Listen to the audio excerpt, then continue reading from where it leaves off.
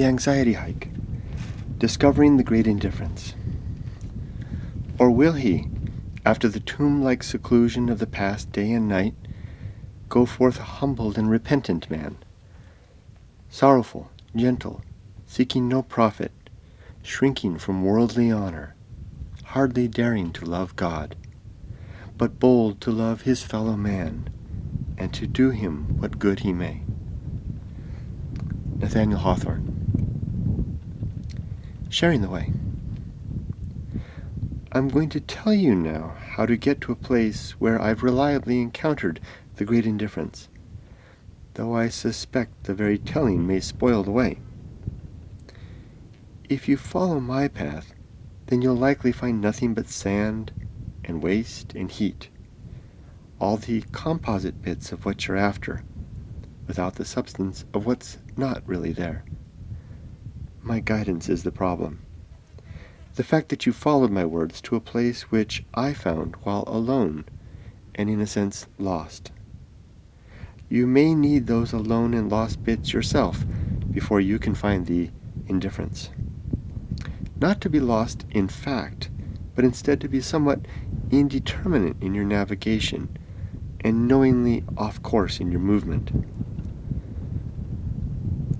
When you've reached the point where you've satisfied your curiosity about the route I once took, then ask yourself if you're ready to step off the unseen marks of my past trespass, to embark along new lines towards your own solitary waste and desolation.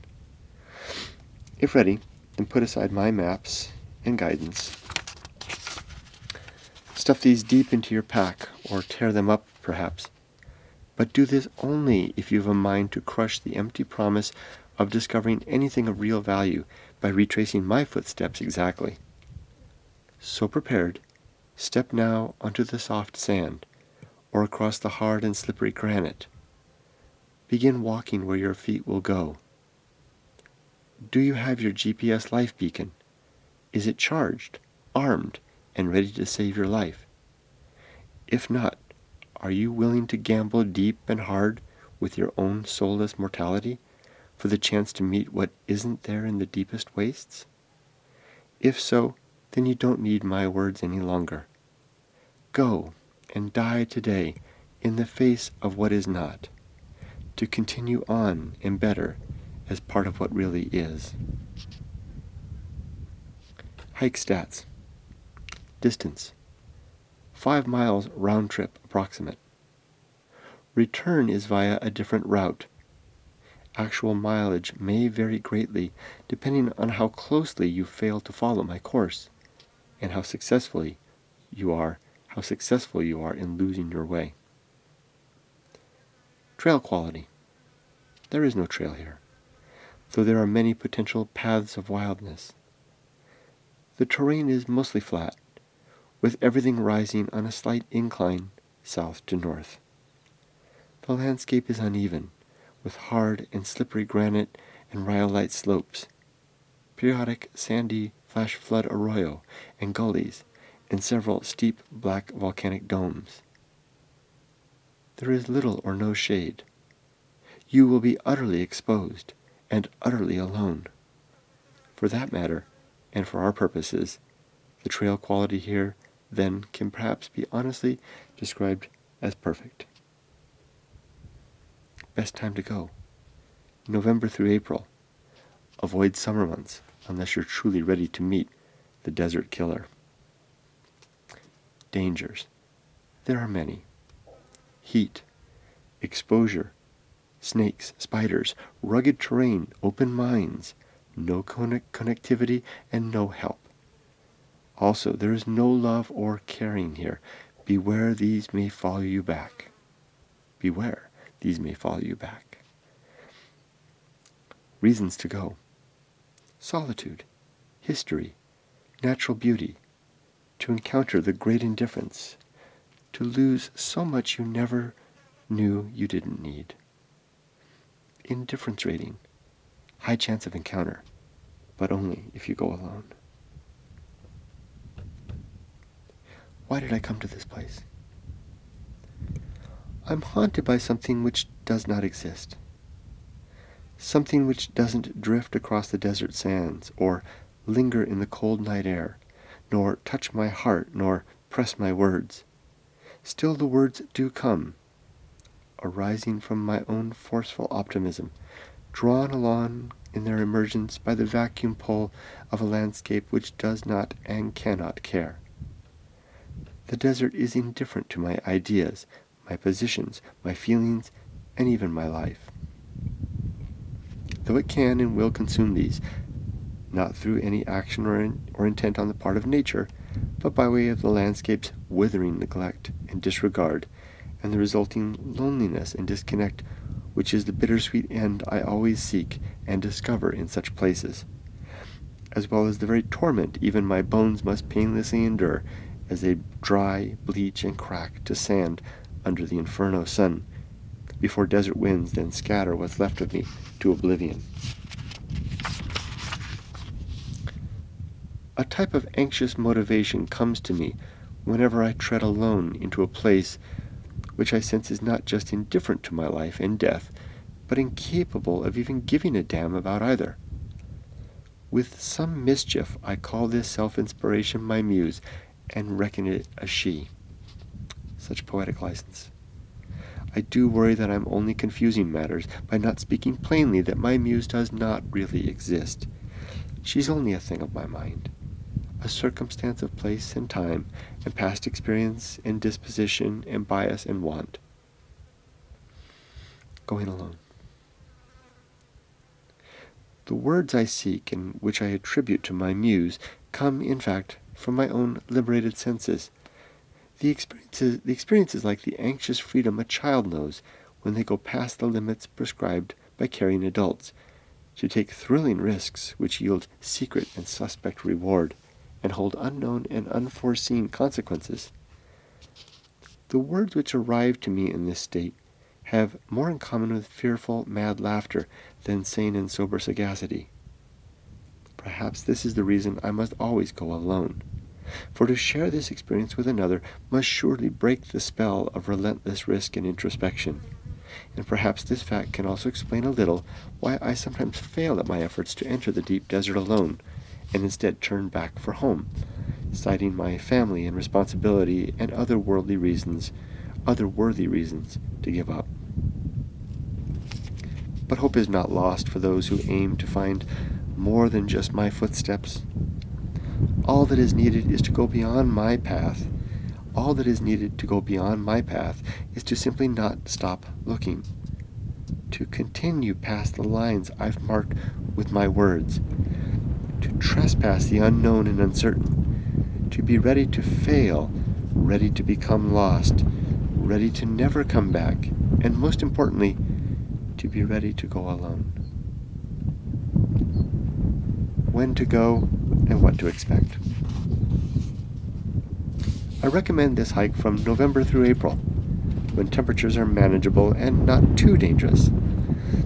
Though beware the precipitous nighttime cold which comes on fast as soon as the sun passes over the horizon. Even in summer you can chill deeply through the night due to the limited cloud cover, which absence fails to insulate the earth and allows the accumulated heat of the day to dissipate quickly away to space, as from a bare body on a bed without a sheet.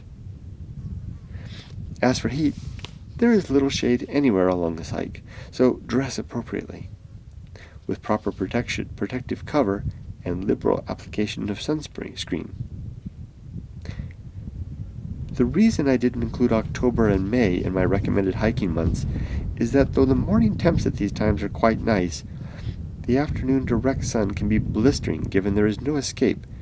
Particularly dangerous is the fact of occasionally and surprisingly very hot days during these months, which can easily kill anyone who goes too far and finds themselves trapped in the rising heat, miles or hours from safety.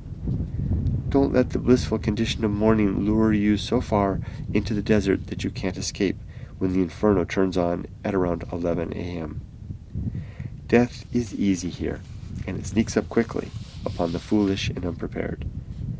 Even with sufficient water, you may not outlast the experience of prolonged direct exposure to the relentless sun and heat. Arrival and campsite. Siberia Ghost Town is easy to find. Just type Siberia, California into your navigation app and follow the way. There are no amenities in Siberia. It's a desert ghost town after all. So be sure to get whatever you need at the community of Needles, 29 Palms, or Barstow, depending if you approach from the east, south, or west, respectively.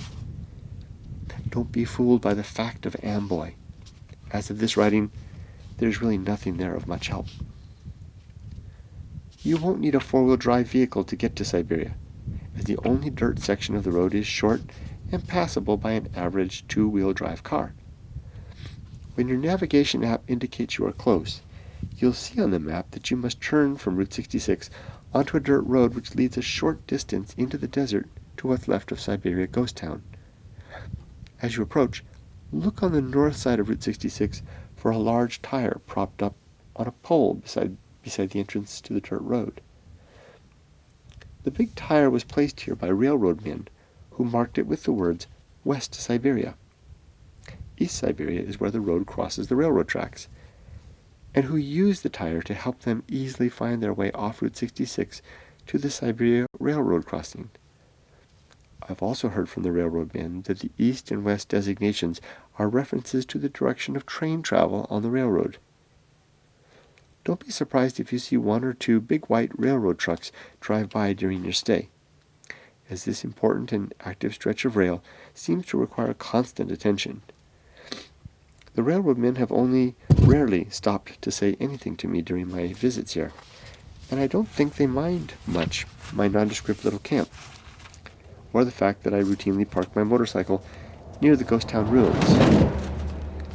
To be safe, I recommend against parking or camping too close to the railroad tracks, or especially the crossing, or little signal shack, as this might indeed raise the attention of the railroad men, who must keep this line secure and in continuous operation.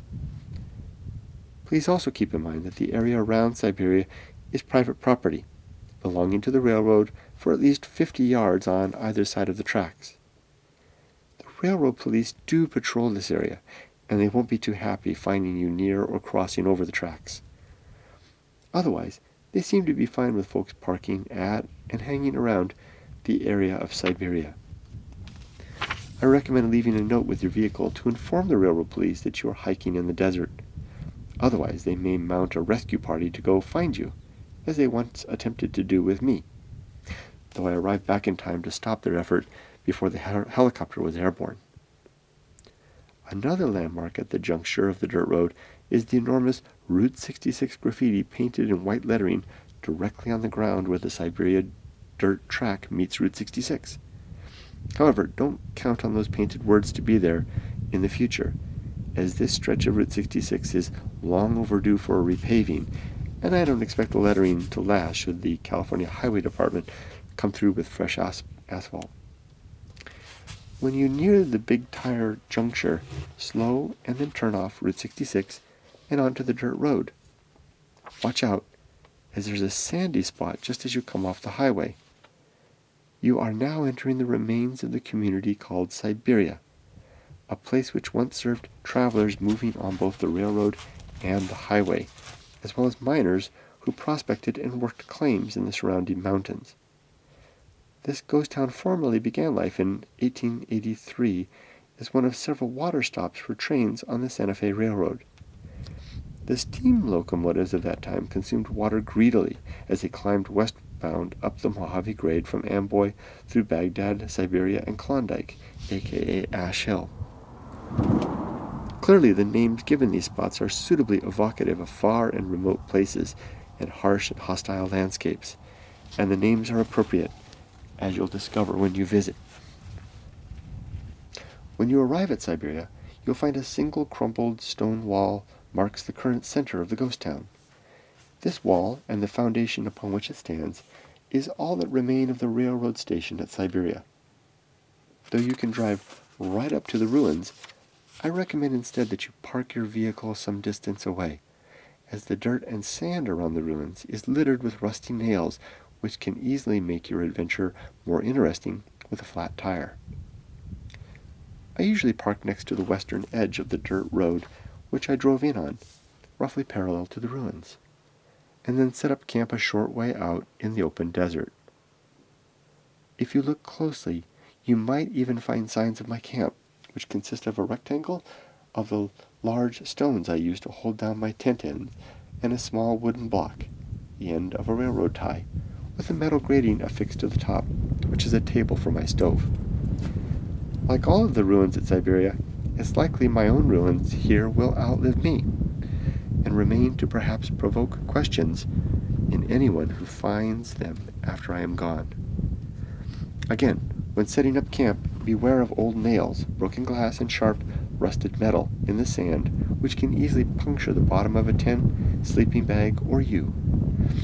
I refer to this site as my base camp, as I often use it as the setting out point for longer adventures into the desert. If you arrive before sundown, then I recommend spending some time exploring the desert around the Siberia Ruins, where you're sure to find many reminders of the town which once was. I suggest a walk through the desert along the dirt route leading back to Route 66, where, with a little luck, you'll find the remains of a stone-lined footpath which someone created here decades ago. The narrow trail was made by careful placement of desert stones positioned on the ground, one after another, in two parallel lines leading from nowhere to nowhere. I find strolling this old forgotten path conducive to many empty thoughts, which are a satisfying suggestion of the empty offerings you may be lucky enough to find during your desert hike. At times, I've been tempted to call the outline of these stones the Path of Wildness. If you overnight at Siberia, then be prepared for strong wind, cold air, brilliant stars, and the frequent low rumble and groan of long trains passing nearby. Most will be slow-moving freight trains, numbering dozens of cars with 3 to 5 growling locomotives at the head, and maybe 1 or 2 locomotives pushing from the rear, and possibly another squeezed in somewhere in the middle. At least once in the night you may glimpse a fast-moving Amtrak passenger train speed by with brilliant lights flooding the night from every domestic compartment, always fast, always west to east. The sight of this civilized, peopled conveyance is a bit surreal in this lonesome and otherwise dead of humanity place, like the passing of a bright, lively mortal through the dull and gray land of the dead.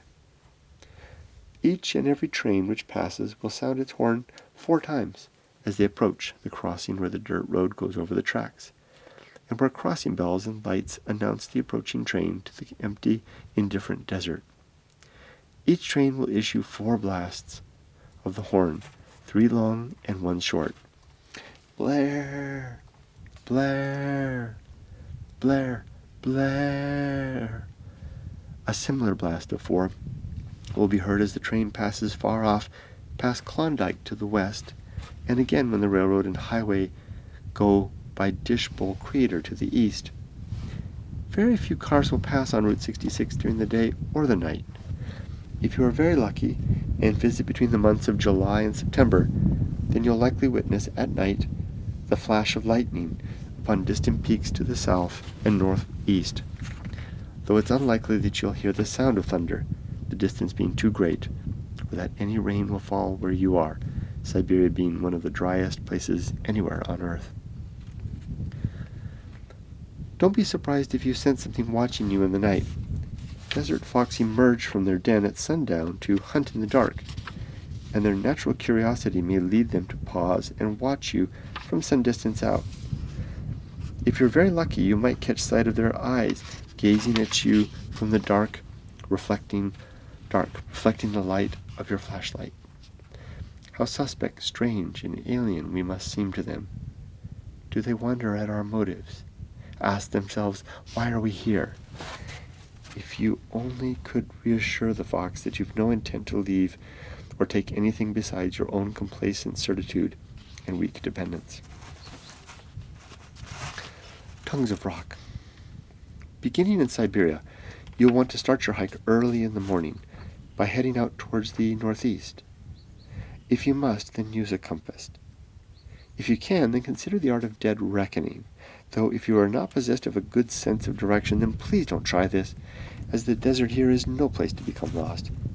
Just remember that if you are ever in a pinch and can't remember your way out, then simply head south and you'll eventually run into the railroad, and then the highway. Another simple solution to escape this particular region of desert is to simply follow the apparent course which water might take. Since all rivers in this immediate area drain to an enormous dry lake basin to the southeast, you will eventually arrive at the railroad if you simply pretend to be water and flow with the water course down. Setting out from Siberia, you'll immediately come to the railroad tracks. I don't recommend crossing or even approaching these, which is a sure way to get in trouble should the railroad police catch you, or worse, a train.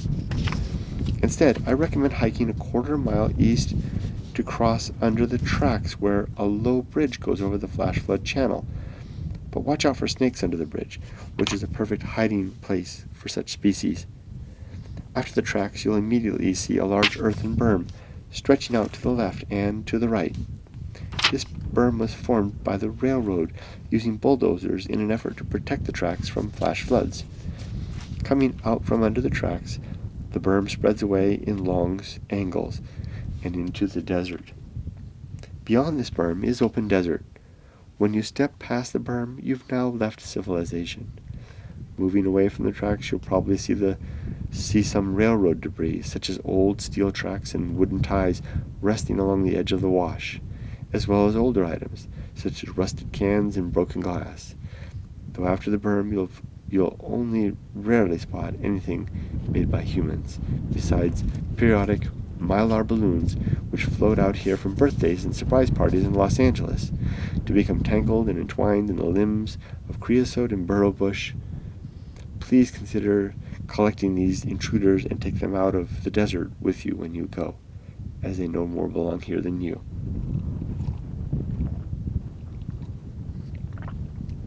From where you are now, look towards the northeast, and you should see a large and ominous black mountain standing alone like a dead sentinel. This mountain is your destination. It's about 2.5 miles away as the crow flies, and will serve as a reliable beacon for the next hour or so of hiking. There's another, still larger black mountain, volcano really, directly east of you, but this is not your destination, as it won't lead you far enough from civilization and safety to do any real good, the difference there being simply too faint to perceive. When you pass beyond the railroad berm, you'll be stepping onto what is simply the most current page in a long geologic story. The hard-packed sandy soil beneath your feet extends downward to depths of dozens or hundreds of feet before reaching bedrock. Further south from this spot, the depth of sand grows steadily deeper by hundreds and thousands of feet to a maximal depth of over 10,000 feet of accumulated alluvium. You're standing then upon an ocean of eroded sediment deposited here over millions of years. That's because the desert surrounding Siberia is the outer edge of what was once a vast valley between the hills and low mountains of the Bristol Mountains to the north and the much larger Boolean Mountains to the south. The Booleans are those large peaks you can see when you look south from Siberia, and where you may spot 1 or 2 red light beacons flashing at night from the highest peaks. Those mountains are very far away. Long ago, the mountains on both sides of the valley were much larger than they are today, and the space between them vast and deep. However, that ancient valley has since been filled in over a long expanse of time by the steady and gradual erosion of the mountains on either side. If we could snap our fingers and suddenly make all the sand which fills the valley disappear, then you would find yourself wishing you had a parachute as you begin falling towards the valley floor far below. Imagine all the time required to fill this enormous empty space with sand. Imagine all the wind and rain necessary to complete the feat of eroding, transporting, and depositing all of the loose rock bits which comprise the desert sediment. This fact is still more startling when you consider that much of this sand arrived gradually via intermittent flash floods, which just once or twice a year pour from the mountains to add another layer to this long story of sand. The ground where you now stand is composed of a mixture of many types of rock, from beach-like sand grains to pebbles, to stones and even very large boulders, all of which were laid down by perennial streams and rivers during wet epochs such as the Pleistocene, or by intermittent flash floods during the current dry desert climate. Try and imagine the countless successive late summer floods which spilled from these mountains out onto the open plains, emerging from narrow and winding canyons onto broad slopes of sand, waters mixed and churning with mud, rocks, boulders, sticks, logs, as well as dead plants and animals. Upon exiting the mountain canyons, these fast-moving floods would spread into myriad braided channels, which then diverge, meet, and separate again over the course of many miles, before at last depositing their load and sinking into the landlocked desert basin or evaporating into the dry, stale air. These violent flash floods are infrequent and intermittent, rarely revisiting the same open desert course twice in years or decades, as new sediment deposits tend to push subsequent floods to either side of the last course. This is the process which, over many hundreds and thousands of years, did produce the alluvial fans and baheda upon which you now stand, which are made more clearly visible due to the lack of any trees or excessive ground cover. The desert near Siberia consists of volcanic rock and sand of dark and light coloration. I refer to the darker material as tongues of rock, due to the way these formations stretch across the land for miles, north to south. Both the light and dark rocks are volcanic in origin, having come to the surface of the earth at different times, to flow and cool after exposure to the atmosphere. The dark-colored rock appears to be from an earlier eruption, consisting of magma, rich in iron, which oxidized as it flowed over the surface of the earth before at last solidifying into miles-long petrified flows. This is what gives these landforms their tongue of rock appearance when viewed from high altitude or satellite imagery. The red color of these rocks is due to oxidation after exposure to the Earth's atmosphere. The lighter colored rocks and sand here appear to be from a different volcanic event, in which the rocks solidified underground, providing little or no opportunity for oxidation. This is the reason for the light color of these rocks. Walking across this landscape is as pleasant an experience as reading a book of ancient geologic history, as every mile reveals a new and interesting chapter in the story of the earth. Keep your eyes open here for bits of petrified wood, as this area did also once host a conifer forest, which was apparently killed and covered over by the ash of a nearby volcanic eruption, possibly from one of the volcanoes you will see during your journey today. I know you'll enjoy your long trek across the open desert from the railroad to the tongues of rock, and the experience of investigating the story of the dark and light-colored sands. To maintain your bearings and heading, just keep your eyes on the dark black mountain, which is your current destination. But again, be careful to not confuse the mountain you are now after with a large black volcanic cinder cone, which can be seen further out and to the southwest. If you find yourself running roughly parallel to the railroad while steering towards this more distant, dark-colored mountain, then you are probably hiking towards the wrong peak. The mountain you want is the smaller one, more to the north, which stands alone and looks something like a black, bell-shaped dome, and for which walking towards will gradually direct you further and further from the railroad. But beware, for you will soon lose sight of this guide.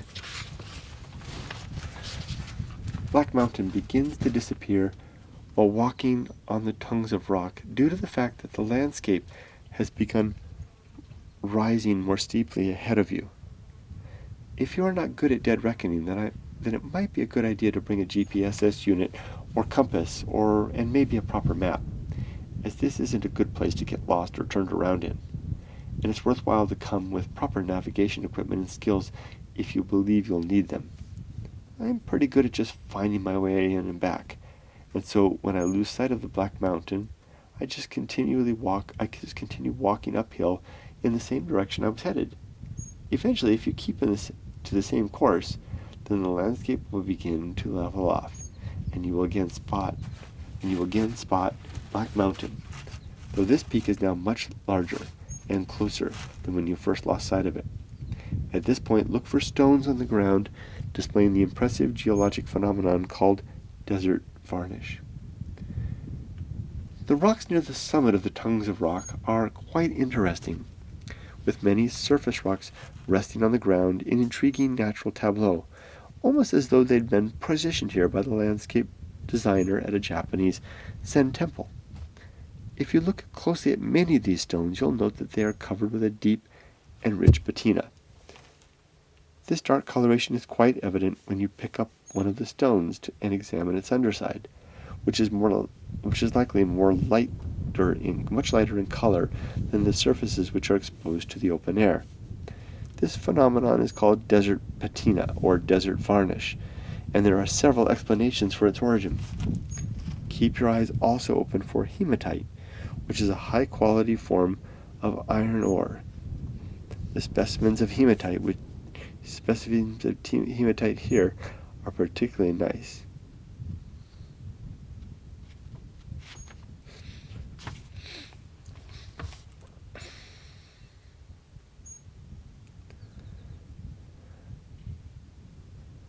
The specimens of hematite here are particularly nice and may be easily mistaken for meteorite, especially since both rock types are strongly attracted to magnets.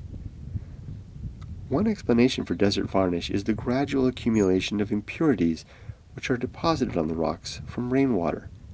Another idea is that bacteria are the source of the varnish, leaving the dark stains as a waste byproduct of their metabolism. In either case, the varnish appears to develop on the rocks at a known rate, which is helpful to researchers who can use this information to date how long a stone has been exposed in the open by noting the relative accumulation of varnish. Another useful function of this knowledge is in determining how long ago human rock art was inscribed on desert stones, where such marks were made by scraping away the desert varnish. This is done, again, by measuring the amount of desert varnish which has accumulated on the stones since the scraping was first made.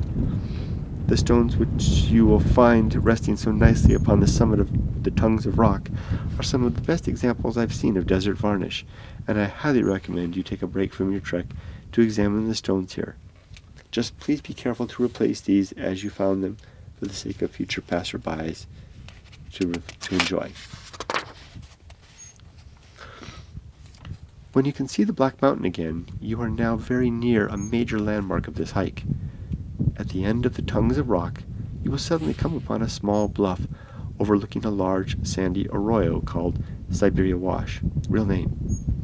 The wash is always dry, save for the times when sudden and violent flash floods come through. You will be safe crossing, though definitely check the weather before your hike, as a forecast of rain should keep you on the alert for the sudden appearance upstream in the wash of a churning wall of water led by a loudly grinding head of boulders, stones, and plant debris. Though the chances of encountering a flash flood are slight, the risk is real, and the likelihood of death, should you become caught up in the flood, are quite high. As an additional precaution, please remember to never set up camp in a sandy wash basin, as this is just asking for trouble. Keep in mind that one of the leading causes of accidental death in the American desert is drowning due to setting up camp in the soft sands of a flash flood arroyo. Desert floods can appear suddenly and without warning under a cloudless sky due to localized cloudbursts which occurring far out of sight, higher in the mountains. From the bluffs overlooking Siberia Wash, you can now easily see Black Mountain directly ahead. If you look a bit to the right, you'll see a smaller peak with something at the top which I call the Watcher, due to the fact that it looks like a human figure standing on the top of the hill, looking back at you. This Watcher will follow your movements from now until you pass beyond the northwest edge of Black Mountain. Before you move down off the bluff and into the sandy wash, you'll want to see if you can spot another small wash leading up and out of the larger wash on the other side of the arroyo. This is a good landmark and destination if you want to discover the jeep tracks which are the next section of this guide. It's all right if you don't find the wash, though, as your overall destination is still the Black Mountain, which you can likely easily see from where you are. Descend carefully down the side of the bluff and into the sandy wash. Be careful here, as the descent is deceptively dangerous, with loose and slippery footing and many narrow slots and crevices where you could easily catch a foot and twist an ankle. Old jeep tracks. After you cross the Siberia Wash, you'll encounter a short yet steep climb up and onto the tongue of rock on the far side. As before, watch out, as the crumbly rock surface could cause a bad slip and fall. Once you're up on the top, you'll find it easy going along the flat surface, which inclines very gradually upward in the direction of Black Mountain. This area is curious for its exceptionally flat and even surface, and if you look closely, you might spot some old jeep tracks running in the same direction you are walking. I imagine these tracks were laid down many decades ago by miners, though they remain quite distinct for the fact that there is little rain to wear the marks away. And though the wind is strong and nearly constant here, it is rarely powerful enough to move the small stones which form the outline of the jeep tracks. Keep a lookout here for fine examples of a phenomenon called desert pavement, which is the seemingly delicate arrangement of tiny pebbles into the mosaic of stones upon the flat surface of the desert. The process which produces this pavement requires many years of wind, rain, and gravity to bring the stones into just the right place to fit together like a jigsaw puzzle. Call it a miracle if you like, though I see no more wonder here than chance and the mindless will of nature. Keep the Black Mountain directly ahead of you now, and just a little to your right as you proceed, and you will soon encounter a second wash smaller than the first. From the edge of the tongue of rock, you'll want to carefully survey the Black Mountain, which is now just across the wash. You'll find several small ridges coming off the side of the mountain. There's a ridge at the near edge with a small canyon on either side. Make your way up and into the north side branch. Windy Ridge. About halfway up the small canyon, turn right and begin climbing carefully up the side towards the ridge above. About halfway up the side, stop and look around. And if you're lucky and in the right place, you might make out the very faint outline of an animal trail where it crosses the hillside. I discovered this animal trail through the study of satellite imagery, and it was curiosity about the trail which first led me here. Go to the trail and then follow it towards Black Mountain until you reach the looming flank of that ominous peak. Now that you have reached the mountain, look up. Impressive, huh? When I reached this same point, I quickly gave up any idea of climbing Black Mountain. There was simply something about the steepness of the sides, the fact that I was alone, the strong wind, the startling sunlight, and the poor condition of my body, which was already protesting the hike with fatigue and the whispered voice of caution, which together suggested I was done with this upward advance, at least for today. For the record, I have since returned and climbed Black Mountain. Climb now along the very edge of Black Mountain, where it meets the little canyon, and up to the ridge which extends out from the side of the mountain. Walk out on the ridge and find a nice spot for a sit, to look back in the direction of Siberia. Black Mountain is now looming directly behind you, small canyons falling away on your either side. Looking left, you can see the watcher upon his distant perch, watching you still. To the right, the second wash you crossed disappears soon around a bend and into the Badlands to the north. To the place you are headed next. In there can be found the Sandman's bed. If you're lucky, the wind is now blowing hard perhaps.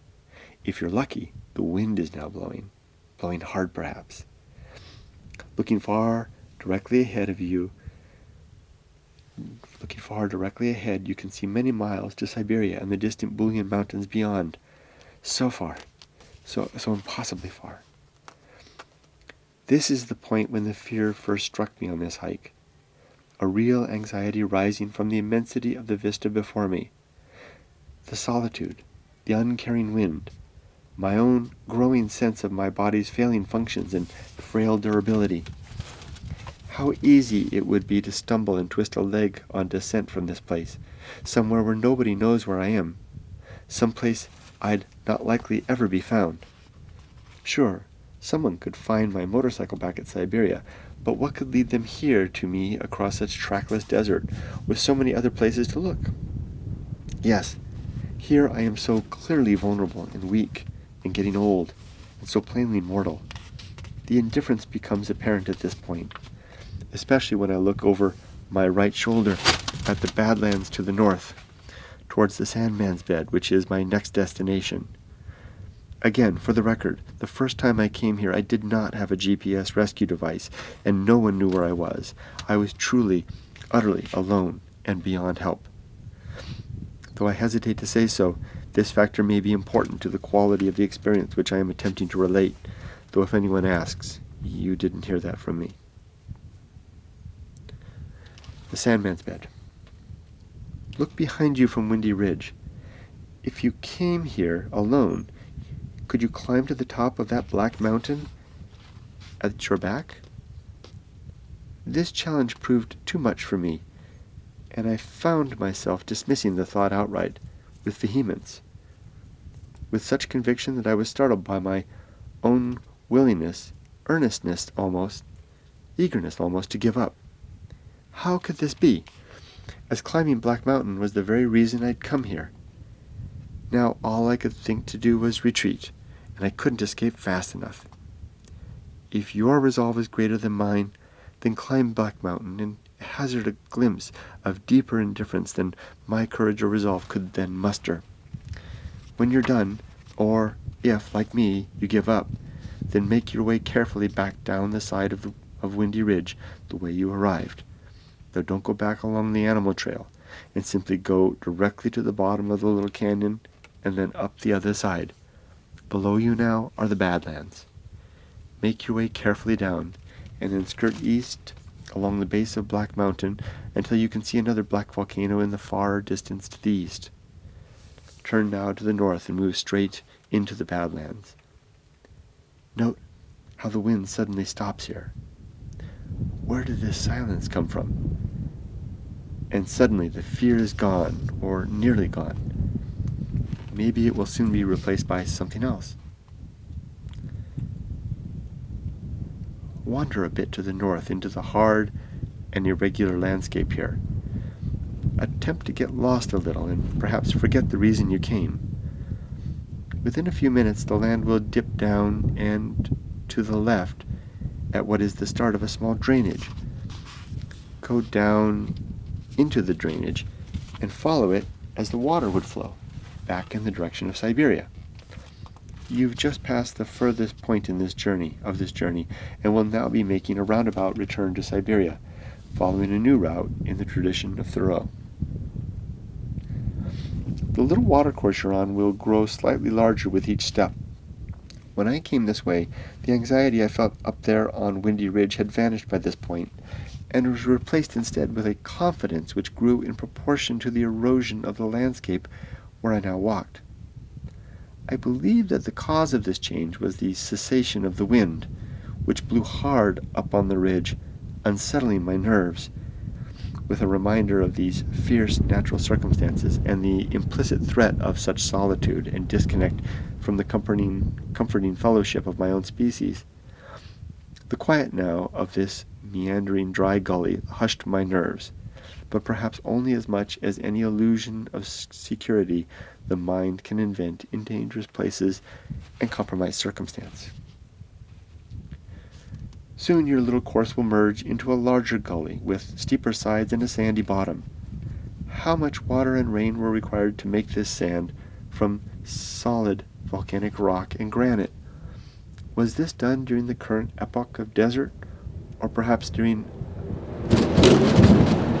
an earlier period of geologic time, when the landscape wasn't desert and rain fell and flowed here sufficient to produce a perennial stream, with fish and insects and birds, brush, trees, and an entire green ecosystem? Was this small stream basin carved then from stone by the constant attention of a bursting biome of animate purpose and action? Am I seeing this now in the absence of such seeming purposeful force? Is this thing which is lacking, in fact, the cause of the indifference I sense all around me? The vacuum absence at the cessation of activity?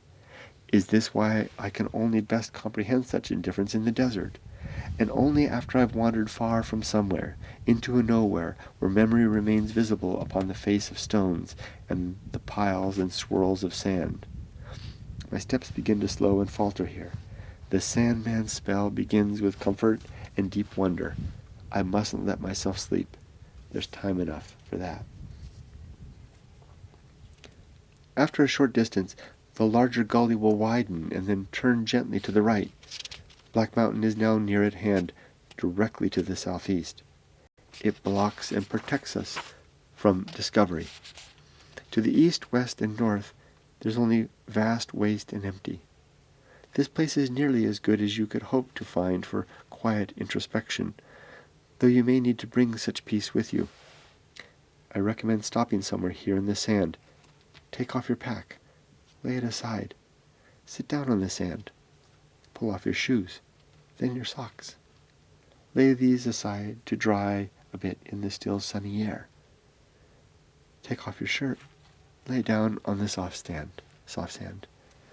Close your eyes now with your head facing upstream and your feet towards the somewhere where you are headed. Your feet should always face in the direction of your somewhere. Close your eyes and let the sun blaze. Warmth rises now on your exposed limbs. Feel your skin beginning to heat. Does the sand feel good under your back, bottom, and legs? It should be soft and surprisingly comfortable. Let your mind wander. Note how it doesn't wander far. There's anxiety again now as you lay exposed and vulnerable in the wilderness. What danger might come of this? What animal could be watching you now from above the gully? What might come padding or slithering up or down the wash towards us? What small things might now be creeping across the sand in our direction? Did I stay too long out here? Do I have enough water to make it back to Siberia safely? Can I remember the way? I'm already on a path which is not the one I used to get here. Do I have enough time to make it back? Will I die today or tonight out here in the desert? Have I already made some fatal mistake? Note how these thoughts are different from those on Windy Ridge. Was your thinking so practical on the ridge? Looking out at the impossible landscape, feeling and hearing the wind, tracing your mortality across some past few decades of your life to this moment, asking yourself how much more to come and what, if anything, might follow. These were the impressions on the ridge. Not fear, but frightful awe, and an awesome comprehension of irrelevance to the lack of any comprehensible meaning, intent, or purpose in the greater scheme of nature. This is the difference between the naked and raw exposure to indifference and the mere fear of being alone someplace far and alien. When you've had your rest at the Sandman's bed, put your shirt and shoes back on. Hoist your pack and continue walking downstream until you spill out into a larger wash. Turn right and go up this wash a short distance, maybe a quarter mile, before turning sharply to the left and heading up and over the ridge. Now you cross the Badlands. You might cross here through another couple of washes as you move steadily west. Now is the time to get lost and lose your way to the next stop in our journey. If you do get lost, then don't panic. Just head downstream with the next dry wash you encounter, or go back to the last wash.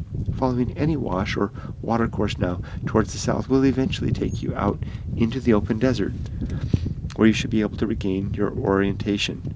And even if you don't, if you continue south now, you will certainly eventually encounter the railroad in Route 66. But again, don't come here or follow this course unless you can accept the chance that you might make a mistake and find yourself truly lost, with night arriving soon, little water left, and absolutely no idea where to go. This risk is one of the reasons to come. Campo number 1. At this point in the hike, I've rather left you on your own, and am now providing only rough guidance to get you from one place to another. This is both deliberate and a consequence of the fact that, as I type these words, I can't really think of a good way to guide you along a route that is largely trackless and without good landmarks. All I can say is that you need to continue west through the Badlands until you again encounter Siberia Wash. But don't let the fact of the larger journey and goal distract you from the worthwhile value of attendance to each step through the Badlands. In hindsight, if there's any place I wish I'd lingered more on this hike, it's here. There isn't much to be found in this waste, which is precisely its attraction. And the uneven up and down of the landscape, somewhat slippery underfoot, gives good traction to the type of reflection my dead muse so often promotes. In fact, I'm a little suspicious that these Badlands are where the corpse-like inspiration I call my muse first found me and then followed me back home.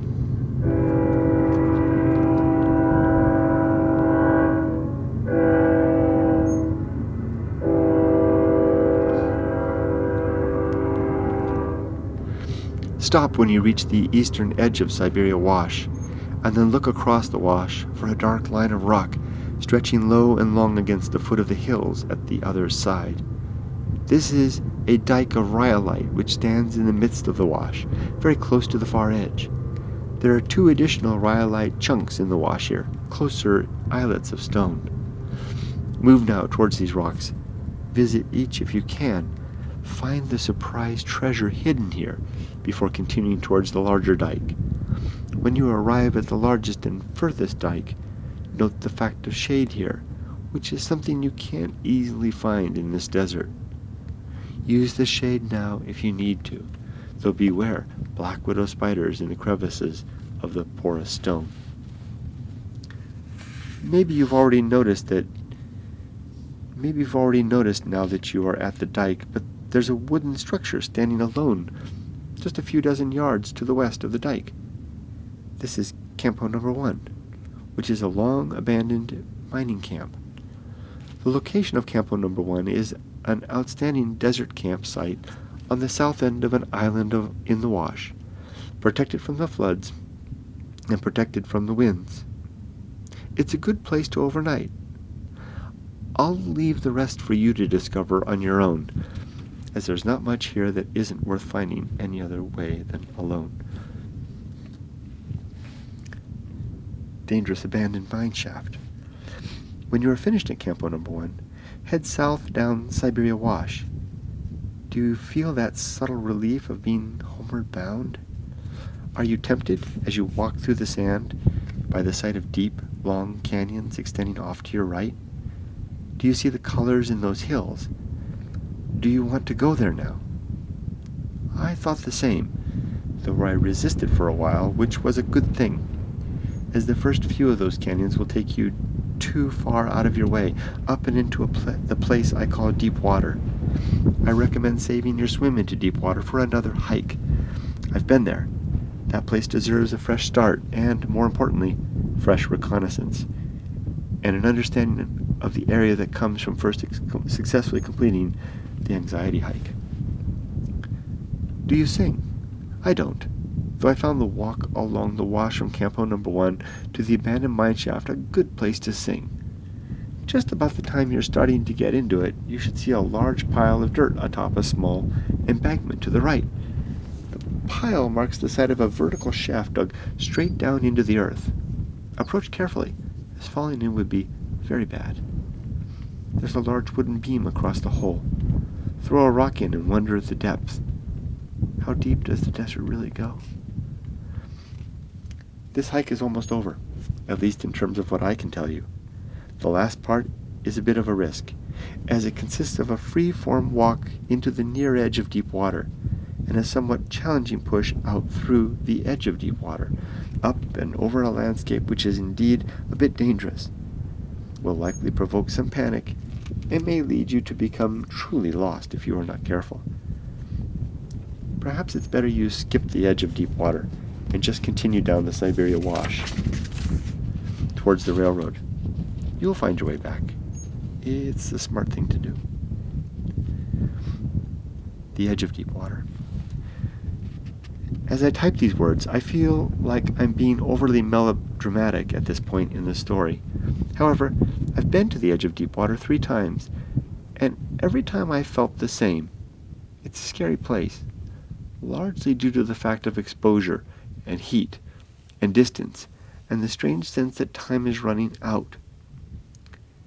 It's not like the indifference I sensed on Windy Ridge or the unseen threat I pondered in the Sandman's bed. There's something more real about what I feel every time I go to the edge of deep water, a sense that the clock is ticking, perhaps a bit too fast, a mild panic that rises as I begin to race back to safety, a sense that the desert killer is on its way. From the abandoned mineshaft, continue past the hole and into the small canyon which cuts into the place I call deep water. Walk and walk, to the left and then the right, as the canyon twists and turns. Admire the color in the walls. Admire the plants. After a bit, things will open up to the right, revealing a very interesting and different type of landscape, type of badlands, consisting of rolling hills and deeply faulted canyons. On your extreme right side, a small mountain rises to a high point. About halfway up there's an old miner squatted and watching, taking over your surveillance where the watcher of Siberia Wash left off. This is where you'll discover the home of faith. Look to the north now. Look hard. No faith is needed. Some distance further, you'll need to make a sharp left and then strike for the low and very near hills to the south. Though the climb isn't too difficult, I think it's dangerous. The ground here consists of crumbly, slippery granite, and very narrow channels and crevices where feet could easily slip, get caught, and meet a rattlesnake. Take care now. Make your way safely to the top. When you arrive at the summit, you've reached the edge of deep water, from which you've also just emerged. Though in fact your encounter with the deep water wilderness was only passing and fleeting. Turn now and look back. Take in that view. Don't you want to go deeper? Take off your pack and sit down for a bit. Let the wind press from behind. Look over your shoulder toward Siberia. You're almost safe again. All you need to do is make it down through the hills, out over the tongues of rock, onto the alluvium, and out across the open.